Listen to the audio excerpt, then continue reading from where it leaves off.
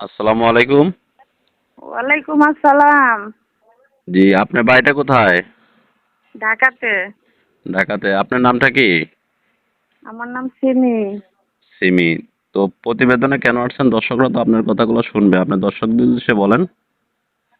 আসছি প্রতিবেদনে যদি একটা ভালো মনের মানুষ পাই তাহলে বিয়ে শাদী করব, এই জন্য আসছি। জি, আপনার ফ্যামিলিতে কে কে আছে?